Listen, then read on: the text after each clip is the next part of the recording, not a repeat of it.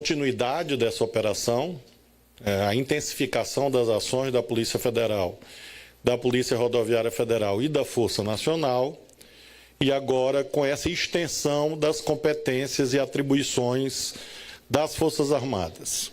Esse decreto foi proposto por vários ministérios, inclusive o Ministério da Justiça, e por esse decreto as Forças Armadas irão fazer o trabalho também de revista pessoal, busca e apreensão, eventuais prisões em flagrante, na chamada faixa de fronteira, ou seja, 150 quilômetros de fronteira com outros países, haverá essa atuação das Forças Armadas. A base constitucional para essa atuação está no artigo 20, parágrafo 2º da Constituição, que estabelece essa faixa de fronteira.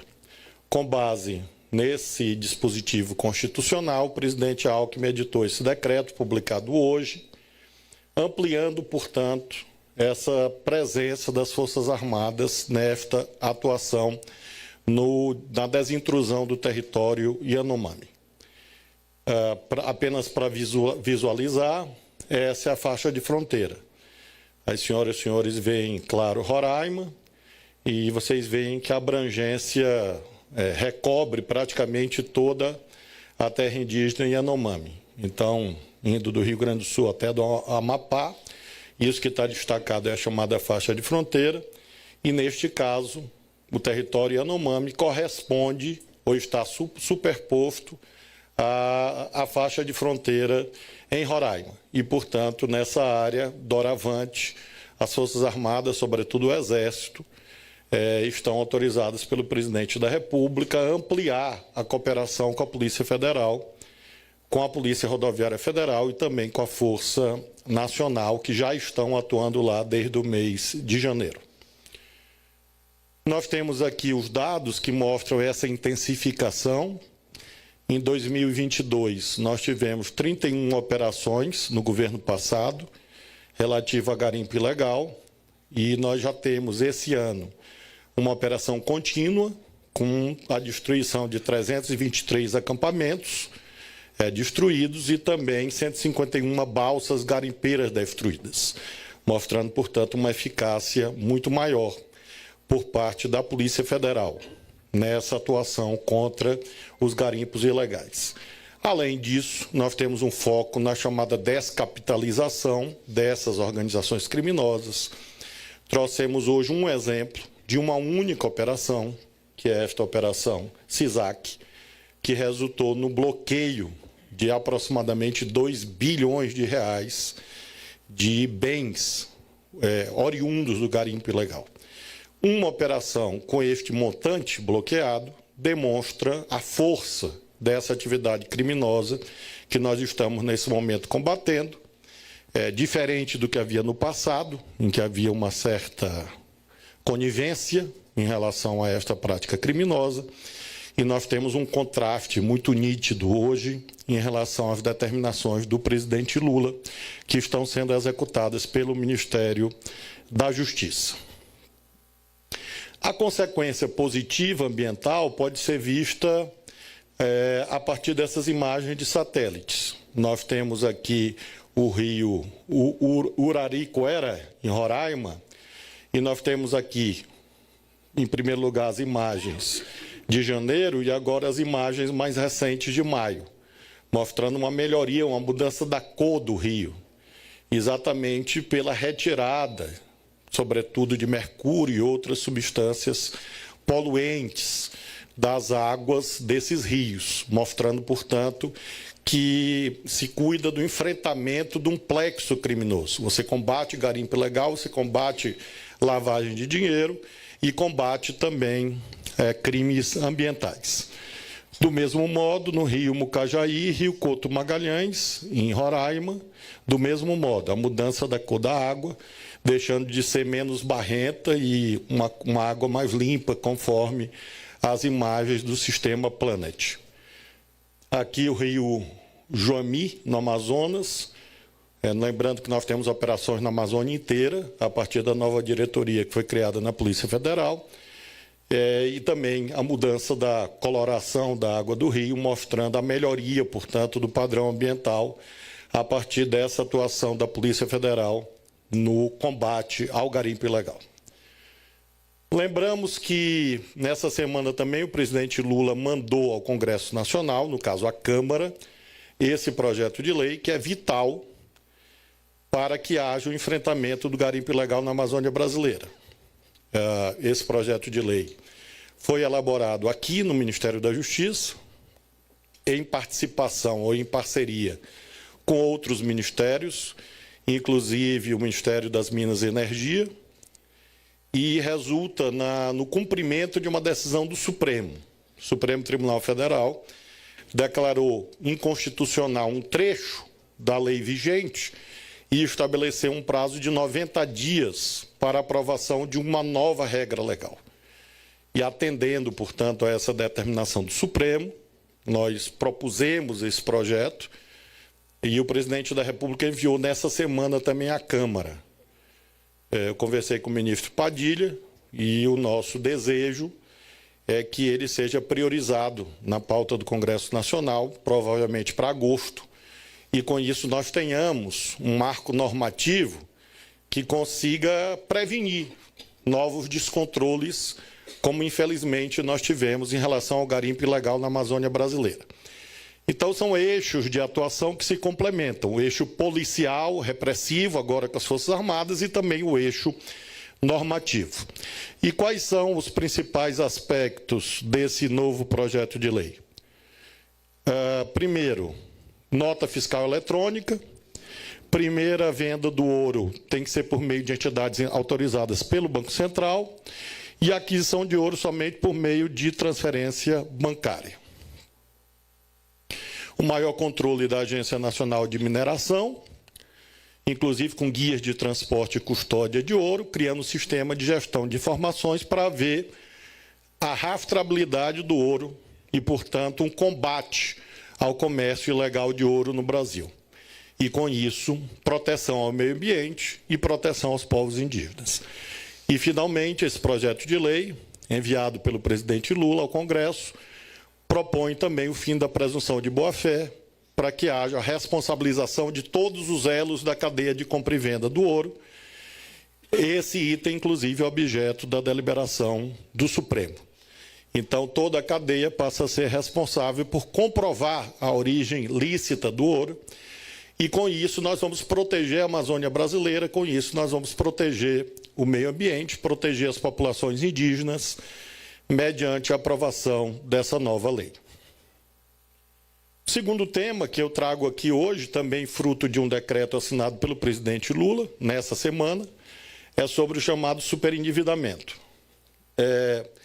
Nós temos no Código de Defesa do Consumidor essas regras relativas ao combate ao superendividamento.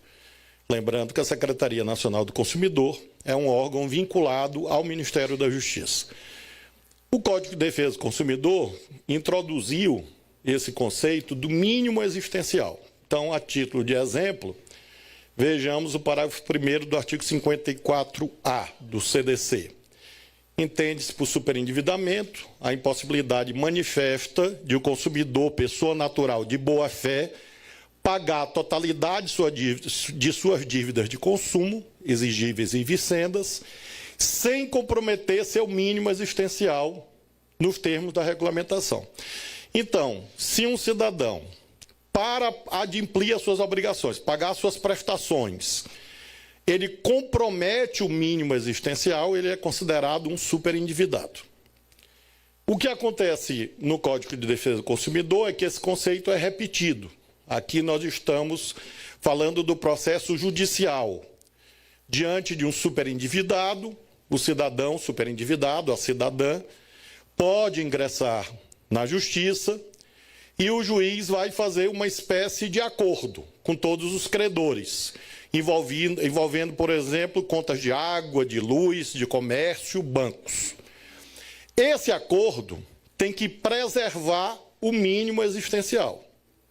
Essa é uma outra regra legal. Mais adiante, o papel nosso, do Sistema Nacional do Consumidor, organizado no Ministério da Justiça. Também esses acordos dos superendividados podem ser feitos nos PROCONs, não só na Justiça, como também nos PROCONs, sob coordenação do Ministério da Justiça. E, novamente, vejam o parágrafo 1º, a parte em negrito. Vai ser elaborado um plano de pagamento, PROCONs, com os credores daquele cidadão, daquela cidadã, preservando o mínimo existencial. Qual é a novidade que o presidente Lula determinou nessa semana? Pode passar isso. A novidade que o presidente Lula determinou nessa semana é esse decreto, 11.567. E esse decreto trouxe uma mudança em relação àquela parte da renda do cidadão, da cidadã, que é protegida. Pelo decreto vigente, quer dizer, anteriormente vigente, editado pelo governo anterior, essa margem de proteção da renda do cidadão, da cidadã superendividada, era de R$ 303. E agora o presidente Lula, com esse decreto, dobrou o valor do mínimo existencial. Ou seja, no acordo feito na Justiça ou no acordo feito no PROCON, qualquer que seja o parcelamento aprovado, ou pelo juiz ou pelo PROCON, com a participação, claro, dos credores, isto não pode invadir os R$ 600, que é considerado hoje o mínimo existencial. Foi um passo que nós demos.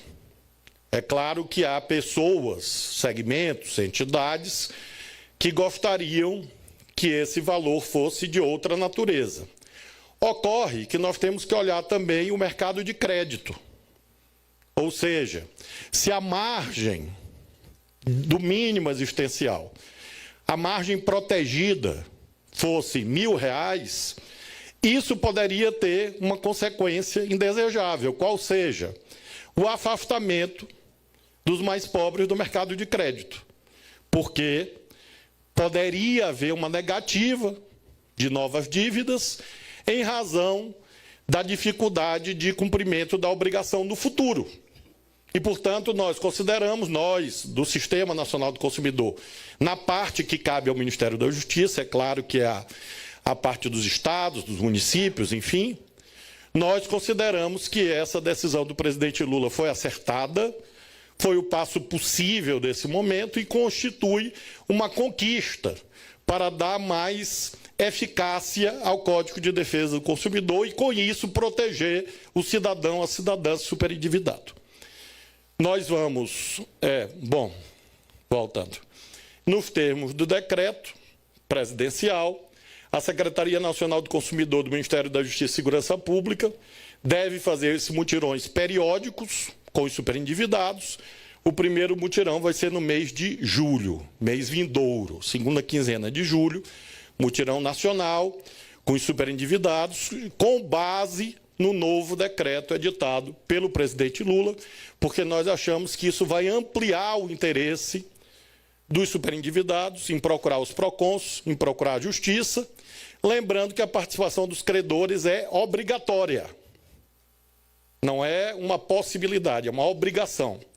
Os credores, uma vez convocados pela justiça ou convocados pelo PROCON, são obrigados a participar, sob pena de haver um arbitramento desse novo plano de pagamento, sempre preservando o mínimo existencial, que antes era de R$ 303 e agora é de R$ 600, melhorando a proteção aos direitos básicos dos cidadãos e cidadãs. Nós temos aqui, como terceiro tema, controle de armas, porque houve a divulgação nessa semana do primeiro levantamento desse ano de 2023 sobre taxa de homicídios. E havia uma mitificação, um falseamento, que dizia que uma restrição de armas conduziria a uma disparada de crimes violentos. O que nós estamos hoje mostrando a vocês que até o presente momento nós temos restrição ao armamentismo e nós não tivemos crescimento de crimes de homicídio. mostrando, portanto, aquilo que sempre dissemos, que não havia uma relação mecânica e automática, pelo contrário, entre o armamentismo desenfreado e a redução de homicídios. O que é que nós temos hoje? Nós temos que, em 2023, até o mês de junho, nós já tivemos, pela Polícia Federal, mais apreensão de armas do que todo o ano de 2022. Portanto, se nós olharmos até 2023, até o momento presente, nós temos só da Polícia Federal. Aqui não estão os dados dos estados. Foram entregues pelo doutor Andrei ontem, anteontem, e eu achei relevante transmitir à sociedade a ideia que nós temos, sim, eficácia mais alta no controle do armamentismo irresponsável e ilegal. Nós estamos falando aqui de arma de quadrilhas, armas de organizações criminosas, que têm sido apreendidas, 3.259 até agora, no ano passado, 2031, e assim sucessivamente. Vejam que o crescimento da eficácia das operações policiais da Polícia Federal é muito significativo. Do mesmo modo, nós temos aqui dados que corroboram essa tendência de diminuição de armas em circulação. Vejam ali em vermelho, registros de armas de fogo. Vermelho, o ano de 22, verde, o ano de 2023. E vocês olham que o registro de arma de fogo em 2023 é substantivamente menor do que 2022. Nós temos, em 2023, até aqui, 46.363 armas registradas, e em 2022, 247. Se nós dobrarmos esse número de 46 mil e colocarmos mais alguma coisa, ainda assim não chega a 100 mil armas, enquanto nós tivemos em 2022 247.839 armas registradas. Do mesmo modo, portes de arma também, essa redução.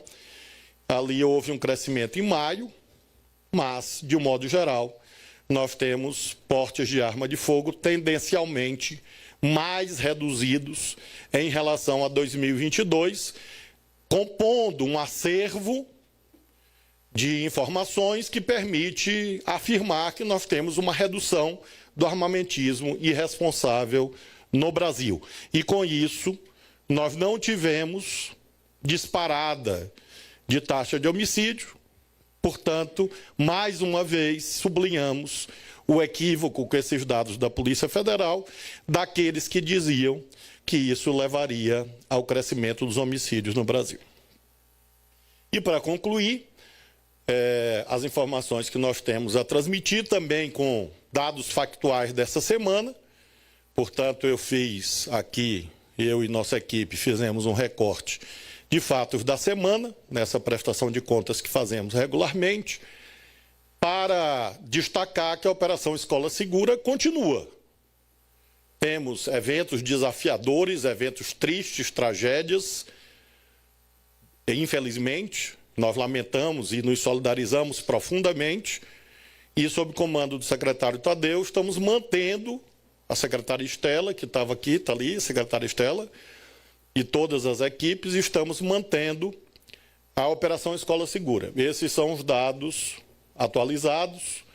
Nós tivemos 368 prisões ou apreensão de crianças, de adolescentes, conduções de adolescentes suspeitos, 1.595, buscas e apreensões, 368, boletins de ocorrência, 3.396, são 2.830 casos de investigação, solicitações de preservação e remoção de conteúdos em plataforma de rede social, 901, e solicitações às plataformas, 384. Então, são números novos da Operação Escola Segura, que prossegue. Amanhã, inclusive, haverá, sob comando da Senasp, do secretário Tadeu, da secretária Estela, uma reunião de todos os segmentos de inteligência das polícias estaduais, com quem nós temos trabalhado na elucidação desses crimes, inclusive dessa tragédia que aconteceu no Paraná. Então, nós trabalhamos desde o início em parceria com a Polícia do Paraná, e ajudamos na prestação de informações que foram colhidas junto às plataformas, a identificar o engendramento para além do indivíduo, autor direto dos disparos, mostrando que havia o envolvimento de outras pessoas. Então, essa parceria é muito importante. Nós temos, inclusive, regularmente enviando informações para as polícias estaduais. Em abril foram 48, em maio 19, em junho 12. Então, nós colhemos, repassamos para as polícias e há um fluxo contínuo entre essa coordenação nacional, exercida pelo Ministério da Justiça e Segurança Pública, com as polícias estaduais. Com isso, nós vamos mantendo essa atuação, inclusive junto às plataformas. Ontem mesmo tivemos uma reunião com o Google, visando estender o diálogo para além do debate no Congresso, sobre novas regras a serem pactuadas, em que se amplie os filtros, se amplie a moderação de conteúdos e, com isso, nós possamos ir ampliando a proteção às crianças e adolescentes, sobretudo no que se refere a essas questões atinentes aos ataques em escolas. Temos outros debates no governo, visando ao tratamento desse assunto. Nós estamos cuidando desse assunto, inclusive, com possíveis mudanças legais, mudanças de lei.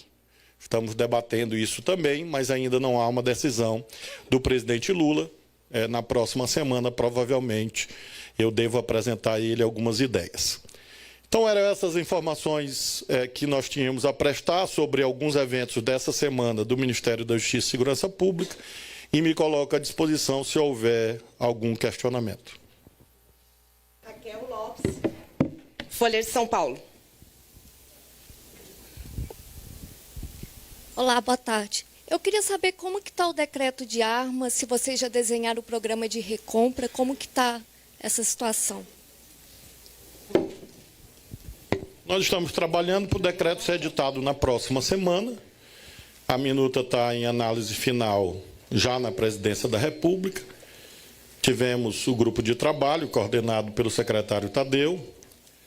Basicamente, em linhas gerais, nós estamos propondo um retorno da regulação vigente antes do governo Bolsonaro, ou seja, nós estamos reduzindo o número de armas, reduzindo o número de munições, criamos, portanto, um paralelismo entre as novas regras futuras com as que vigoravam antes do governo Bolsonaro e, ao mesmo tempo, algumas regras novas. Por exemplo, regras para abertura de clubes de tiro, impedindo, por exemplo, clubes de tiro próximos a escolas. Estamos propondo que não haja mais clube de tiro 24 horas. Estamos propondo que haja restrição à publicidade em internet de clubes de tiro e também de venda de armas, por simetria com o que já se dá em outros canais de mídia. Estamos também tratando muito claramente das regras sobre porte, para deixar evidenciado que a circulação de armas para clubes de tiro, por exemplo, por atiradores esportivos, deve se dar com as armas desmuniciadas, e também abolindo aquela ideia de presunção de necessidade autodeclarada para fins de obtenção de porte de arma de fogo.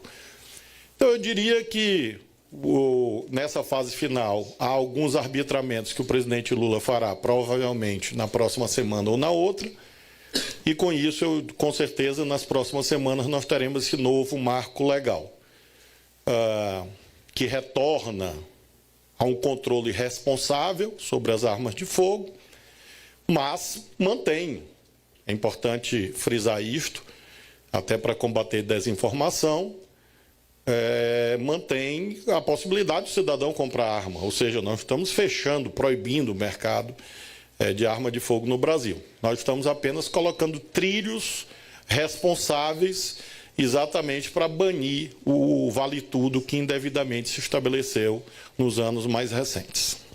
Paula Ferreira, Estadão.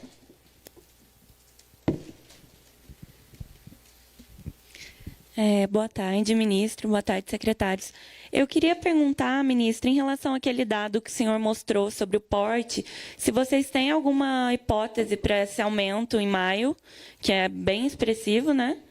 E a outra pergunta é se há uma atualização do percentual de quantas pessoas já foram retiradas da terra Yanomami, em termos de garimpeiros ilegais. Nós temos um dado que é obtido via satélite, que mostra que nós zeramos, finalmente, a abertura de novos garimpos no território Yanomami. Ou seja, a atividade garimpeira que ainda, eventualmente, remaneça, se dá em garimpos pré-existentes. Então, abertura de novas áreas está zerada. Presença de garimpeiros, hoje é absolutamente residual. Normalmente, são garimpeiros que têm participação, algum tipo de envolvimento com facções criminosas. E não todos, obviamente, mas há a presença de facções criminosas brasileiras e também transnacionais. E essa é a razão, inclusive, que levou a decisão do presidente Lula, subscrita pelo presidente Alckmin, no sentido de colocar as Forças Armadas por essa dimensão da defesa também da segurança nacional. Nós sempre trabalhamos com aquele número de em torno de 15 mil garimpeiros ilegais, e hoje remanescem algumas centenas. Essa é a situação vigente. Em relação, e nós continuamos acreditando que essas desintrusões têm produzido aquele efeito que mostrei, muito benéfico ao meio ambiente e aos povos indígenas, lembrando que nós temos, nesse momento, 5 operações da Polícia Federal em andamento de desintrusão. Yanomami mais 4. E em todas elas nós temos essa presença, Polícia Federal, Força Nacional e assim sucessivamente, cumprindo a decisão do Supremo Tribunal Federal. Em relação ao mês de maio, nós temos tido uma migração de CACs para o Sinarme. E isso que explica, exatamente em razão dessa ideia de unificação dos cadastros que nós estamos executando desde janeiro e trazendo os CACs do Sigma para o Sinarme. E há um convencimento progressivo que essa vai ser a nova regra. Então, no que se refere a porte, provavelmente a causa é esta.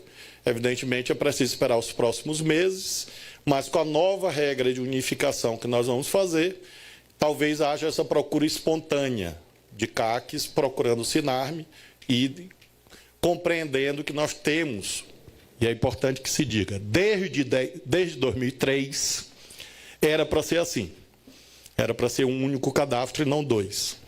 Um único sistema e não 2. E nós estamos fazendo agora esta unificação e achamos que o novo decreto do presidente Lula deve corroborar, ratificar esse caminho, fortalecendo o Sinarme. O Sigma vai continuar a existir, porém restrito às Forças Armadas e às forças auxiliares das Forças Armadas, no caso Polícia Militar, Corpo de Bombeiros, basicamente. Luana Karen, TV Brasil. Oi, ministro, boa tarde. Sobre esse decreto que foi publicado hoje para uso das Forças Armadas no território de fronteira, são apenas nesses 150 quilômetros de fronteira dos Yanomami e no resto do país não? E por que agora, já que houve um zeramento de alertas de novos garimpos, na verdade é para evitar que essas pessoas que saíram voltem? Qual é a real intenção, objetivo desse decreto? Em primeiro lugar, esta é uma dimensão preventiva, evitar a reocupação. E, em segundo lugar, o que declinei, ou seja, nós temos, infelizmente, o que a gente chama de narcogarimpo. Nós temos o garimpeiro artesanal, o garimpeiro tradicional, chamemos assim, mas nós temos, infelizmente, um engajamento também de facções criminosas em garimpo ilegal na Amazônia brasileira. E essa é a razão da ampliação da força do Estado, inicialmente apenas no território Yanomami, ou seja, na faixa de fronteira no território Yanomami. 150 quilômetros, como a Constituição dispõe. Agora, não há dúvida que essa é uma tendência. Nós temos a visão, uma tendência de progressivamente nós termos essa maior atuação das Forças Armadas junto conosco. Agora mesmo estamos executando a Operação Ágata, que é uma operação nacional, essa sim nacional, não é apenas do território Yanomami, em que as Forças Armadas atuam conosco nos termos da Lei Complementar 97, que é a lei complementar que regula a atuação. Nós interrompemos a transmissão dessa coletiva de imprensa para ir até Polícia Federal, Polícia Rodoviária Federal, Força Nacional, IBAMA, Receita Federal e assim sucessivamente. Portanto, nós temos, por orientação do presidente Lula, e nós concordamos, obviamente, com isto, no sentido de que essa parceria das Forças Armadas é um caminho que pode nos auxiliar nas tarefas de segurança, sobretudo na Amazônia brasileira. E, portanto, essa autorização hoje é restrita à faixa de fronteira em Roraima e no Amazonas, onde há o território Yanomami, mas eu diria que é uma sinalização de uma tendência de uma maior parceria do Ministério da Justiça com o Ministério da Defesa. Vinícius Castella, G1. Boa tarde. Com relação a essas facções criminosas que o senhor tem dito, são facções já de conhecimento nosso, PCC, Comando Vermelho, o senhor poderia especificar quais são que estão atuando ali na região? E com relação à Operação Escolas Seguras, foram presos ou apreendidos 370 pessoas. Já foi descoberta alguma rede, alguma relação dessas pessoas? Como que atuavam as pessoas que foram presas dentro da operação? Eram grupos? A maior parte eram pessoas individuais que não estavam agindo por si próprias? Como que estava funcionando isso? Pergunta de alta importância porque permite sublinhar uma visão que nós temos que é oposta àqueles que querem apenas individualizar essas condutas agressivas e criminosas. Ou seja, há psicopatas, sim, mas, para além dos psicopatas, pessoas que infelizmente possuem alguma patologia, nós temos um ambiente social e institucional que empurra essas pessoas, eventualmente até psicopatas, para o cometimento de crimes. Vejamos o que aconteceu nessa tragédia mais recente. Era um cidadão, porém com o engajamento de outros. Então, a cada evento trágico que acontece, cai por terra a mentira de que se cuida de casos isolados apenas pela ação de eventuais doenças individuais. Cada vez se evidencia que há uma espécie de doença social. E isso se materializa no uso de símbolos associados normalmente ao neonazismo, inclusive nessa tragédia mais recente, pela agregação de pessoas extremistas, pelo estímulo ou pela instigação a práticas criminosas e pelo uso da internet. Então, nós temos que a cada tragédia, além de chorá-la, além de lamentá-la, além da solidariedade às famílias, nós temos que afirmar com coragem o caminho. Só é possível enfrentar esses casos que cresceram no Brasil nos últimos anos, cuidando sim das pessoas, dos jovens, mas cuidando também das raízes sociais e institucionais que estão levando a essa proliferação inédita no Brasil. E quais são essas raízes? Exatamente o armamentismo irresponsável, o discurso de violência como solução dos problemas nacionais e o mau uso da internet. Se você não enfrentar esses temas, as tragédias, infelizmente, vão aparecendo com esta dimensão irreversível. E essa é a razão pela qual nós temos feito essas operações, mirando exatamente essas causas, essas razões, digamos, sociais ou coletivas, para com isso ter uma eficácia preventiva em relação a estas ocorrências. José Viana, TV Globo. Boa tarde, senhores. Eu gostaria de saber um pouco mais com relação ao edital da Operação Escola Segura, né? Ontem, eu acho que foi divulgado os projetos que foram habilitados e os projetos que não foram habilitados.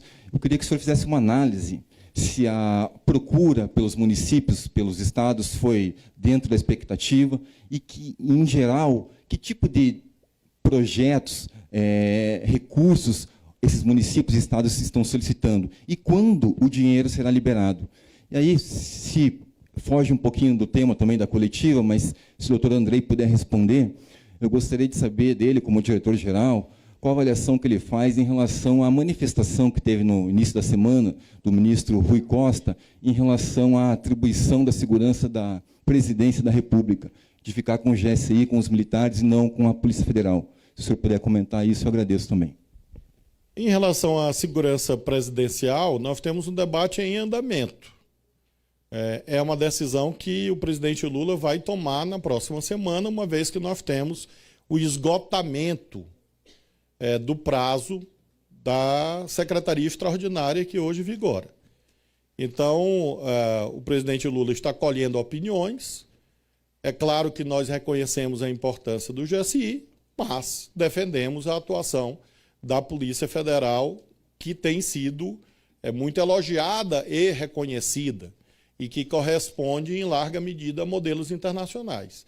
Então, nós vamos apresentar isso, e é uma decisão que o presidente Lula irá tomar, em conjunto, imagino, com o vice-presidente Alckmin, porque ele também é destinatário dessa proteção, mas a decisão vai ser anunciada e, evidentemente, nós vamos dar cumprimento a ela, qualquer que seja, mas reconhecemos a grande dedicação dos servidores da Polícia Federal nessa tarefa, como também respeitamos as competências do GSI. Vamos aguardar, portanto, a próxima semana. Em relação ao edital sobre a Operação Escola Segura, nós tivemos o recebimento de mais ou menos 700 propostas de municípios. Dessas foram selecionadas 231. Isso corresponde a um valor aproximado de 210 milhões de reais. Vocês veem que eu acompanho os temas do Ministério. 210 milhões de reais, mais ou menos. Inicialmente, o valor destinado é 150 milhões. Nós estamos fazendo uma análise final. Provavelmente, nós estamos lutando juntos para encontrar uma forma de aprovar os 210 milhões, ou seja, um pouco além da margem inicialmente prevista, ou seja, apoiar mais projetos, porque reconhecemos a importância disto. De um modo geral, os projetos visam a obtenção de equipamentos. Aí são veículos, são armamentos, câmeras e assim sucessivamente. Mas há a formação também, a formação e também fortalecimento das guardas municipais, que é uma linha em que o Ministério da Justiça acredita bastante. Então, o resultado final, doutor Tadeu, é quando? O prazo de recurso, que são 5 dias, esse prazo está em curso a partir da divulgação ontem, e aí pode ser que novas propostas sejam aproveitadas. E aí, imediatamente, a gente passa a promover alguma diligência que houver dos planos de trabalho e, no prazo mais curto possível, a intenção nossa de liberar o dinheiro correspondente a esses projetos. A boa notícia é que o dinheiro existe, então será liberado, sem dúvida.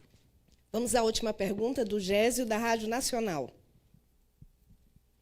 Olá, boa tarde, ministro. Eu queria saber se, de alguma forma, esse mínimo existencial acaba afetando os usuários do Bolsa Família, no antigo Auxílio Brasil, que pegaram empréstimos consignados e que estão suspensos hoje, se há esse impacto. E também gostaria de saber se vocês gostariam de comentar a notícia que saiu ontem de que as Forças Armadas pediram mais de um recurso extra para distribuir cestas básicas lá na terra indígena Yanomami. Nós estamos acompanhando essa operação logística, uma vez que uma parte dela é feita pela própria Polícia Federal, pela Polícia Rodoviária Federal e pela Força Nacional. Nós temos aeronaves nossas que estão em Roraima, também fazendo logística de transporte de pessoas, de mantimentos. É uma operação realmente muito complexa pela extensão do território.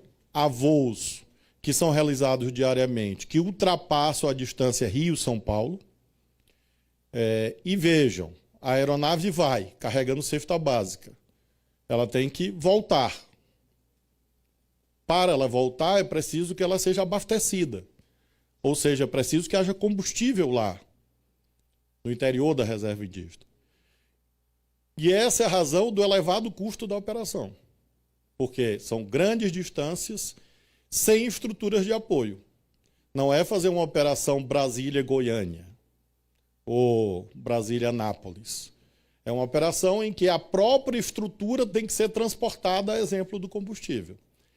Então, realmente é uma dificuldade que constitui um limite objetivo a que a operação possa se prolongar indefinidamente. O debate que nós estamos fazendo hoje é em que termos a operação consegue chegar ao final, neste caso, sob coordenação da Casa Civil. Nós temos a parte da segurança, da desintrusão, da ação coercitiva, que é coordenada pelo Ministério da Justiça e pelo Ministério da Defesa. A parte de logística, a parte social, a parte de saúde, a condução da Casa Civil. Então, nós temos hoje, aproximadamente, já 300 milhões de reais que foram investidos na operação Yanomami. Grande parte disto em logística, nesses voos que são feitos. E esta razão provável, veja, eu não posso afirmar cabalmente, mas esta é a razão provável pela qual houve esse novo pedido, em razão desse fator objetivo de grandes distâncias a serem percorridas todos os dias, transportando remédio, combustível, profissionais, cestas básicas, quentinhas, sim, para os profissionais que estão lá, transportando indígenas que precisam de tratamento de saúde. Então, é realmente uma operação que hoje é a mais complexa que nós temos em andamento no Brasil. Então, essas dificuldades vão aparecendo todos os dias. O senhor tinha feito outra pergunta? Sim. Quem tinha consignado do Bolsa Família. Claro, o senhor tem razão no sentido de que um público que pode ser beneficiado são exatamente, de um modo geral, as pessoas de menor renda, porque como o limite, o chamado mínimo existencial, subiu, significa dizer que praticamente a renda do Bolsa Família está protegida em razão do mínimo existencial. Então, o desejo do presidente Lula é fazer com que as pessoas consigam efetivamente sair dessa condição de superendividados. E nós temos agora 2 eixos. O programa Desenrola, conduzido pelo Ministério da Fazenda, pelo ministro Haddad, e nós temos o programa de renegociação dos superendividados, conduzidos pelo Sistema Nacional do Consumidor. A convergência dos 2 eixos, na nossa visão, vai fazer com que nós cheguemos ao final do ano com uma recuperação do crédito das famílias. Quantos milhões de pessoas? Bom, vamos lutar com o Desenrola, sob condução do Ministério da Fazenda, e com essa ação do Ministério da Justiça. E se o Banco Central ajudar reduzindo os juros, aí vai ser melhor ainda. Mas essa é a parte que não cabe diretamente ainda ao Ministério da Justiça. Mais alguma questão? Obrigado, um prazer, boa tarde.